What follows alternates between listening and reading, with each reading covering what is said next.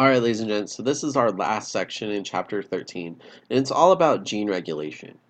For this particular section, I'm not going to go into a whole lot of detail, I'm just going to show you some weird stuff, but we are going to talk about kind of how different organisms, specifically like single-celled organisms, can regulate their genes, and how we can tell, how our bodies tell ourselves what to turn on, what to turn off, and when.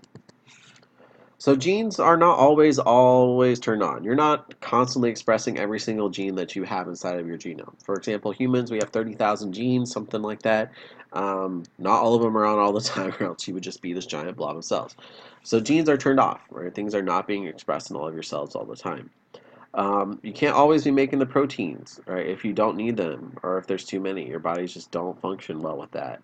And that can lead to diseases or disorders. If you're producing too much of a protein, that's not good. Often, what happens with this is that if you get too much of a molecule, like say you're producing too much, like estrogen, what that's going to then signal is once you reach a certain peak, it's going to turn it off the production because you've got too much of it. It's going through your body. You got everything you need. Boom, we're not going to make any more. It's like supply and demand, right? If you've got enough supply of something, demand goes down. People don't want it anymore, so your body's not going to produce it anymore until that demand for something goes up. And what this does is it signals to control the use of these regulatory sites. So some part of your cells is telling you what you should be producing and when, okay? And then that's going to kind of regulate what's being made. And these signals work differently in prokaryotes and eukaryotes, and we'll go over a little bit of those differences. In prokaryotes, they use these parts of DNA that are called operons. So operons are genes that control a group of genes that control a single trait. So they control whether or not RNA or control whether or not RNA polymerase is going to be able to actually bind to that chunk of DNA. So it's kind of a stopgap. So it kind of like puts a cuffling on or something so that you're not able to attach to it and then allow RNA polymerase to continue down. So it doesn't let you produce any more of that information. So you've got these regulatory sites. So if these regulatory sites are blocked, that doesn't allow RNA polymerase, which is a large protein, to attach here to then start transcription and end transcription of your DNA strand. Eukaryotes were a little bit more complicated. We don't necessarily have like an operon kind of situation with these regulatory sites. Since we have so many more genes, and we have many more copies of genes than our simple single cellular ancestors do, we require a lot more regulation. And so we don't have operons. Each of our genes is actually controlled individually. So operons control like a whole host of genes that just get run down and you're producing a lot of different proteins. Eukaryotes, we don't really have that. Each gene is controlled individually, and what happens is we have this upstream enhancer.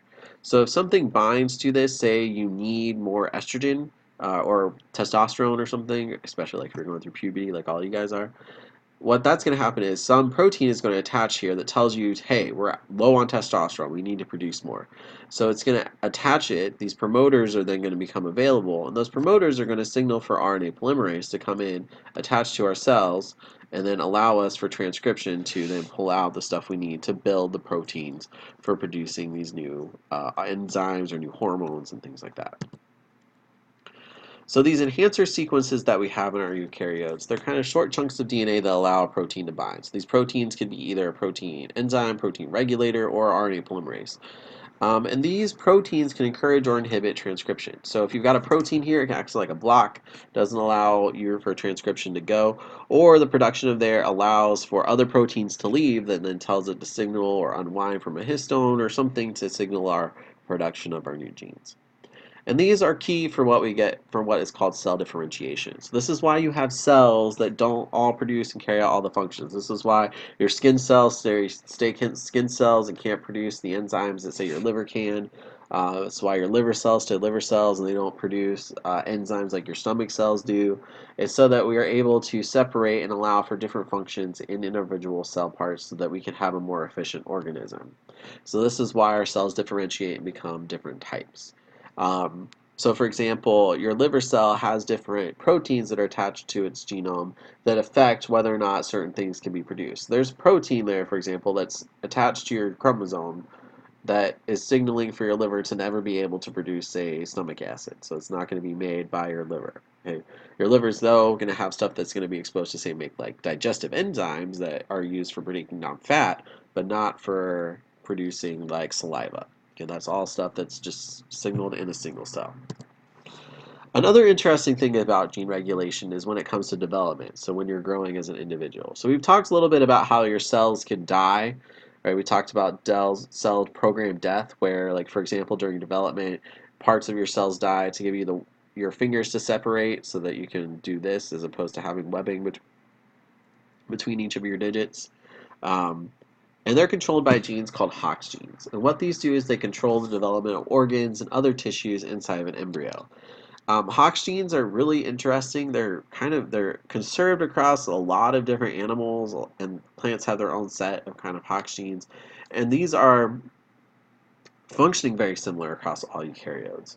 It's just how many they have, and which ones they have, and what order they're turned on. They can influence how an organism actually develops. These Hox genes are extremely important for early development.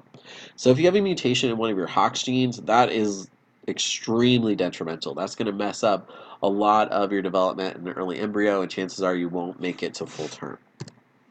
So for example, here we're looking at the embryo of a fruit fly, so again, a eukaryotic individual, and the embryo of a mouse. So if you look at our genes, right, these genes here are the same as what's in a mouse. So they have the same color, the same orientation. But if you look between the mouse chromosomes and the fruit fly, mice have a whole lot more Hox genes. Okay, so they have a whole lot more of that particular type of gene.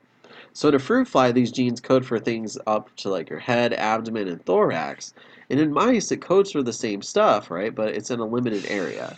So what's interesting between a fruit fly embryo and a mouse embryo is they have the same genes for development. So the stuff that says this will be the head, this will be part of the thorax, and so on. Mice have those too, but they have more copies of them, which gives you more lineated or delineated separation because mice are much more complicated in organisms and have much more genetic material for function. The other thing that people have been doing with Hox genes is just kind of fascinating to me is that they can take an individual who's normal, right? That say a wild type is what we call it. These normal individuals, like for example, have antenna in the front, eyes, right, and all that stuff. What they've been trying to do is see what happens if we turn on different Hox genes at different parts of the body. So here they turn on the Hox gene in the cells that end up producing antenna, and they end up producing feet. So there's literally feet growing out in the face of this fruit fly. Um, and it's pretty cool that you can get that done. They've been doing Hox gene experiments in plants to get plants to produce like more different fruit from different parts of the body or of the plant body. They've been doing this in mice to get mice to produce like human-like structures, like ears and things. Lots of experiments and stuff that are all doing with this kind of development.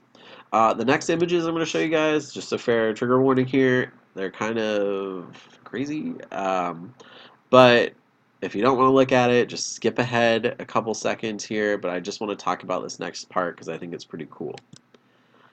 This individual fruit fly here, what they did is they actually turned on the genes for eyes in a lot of their body cells.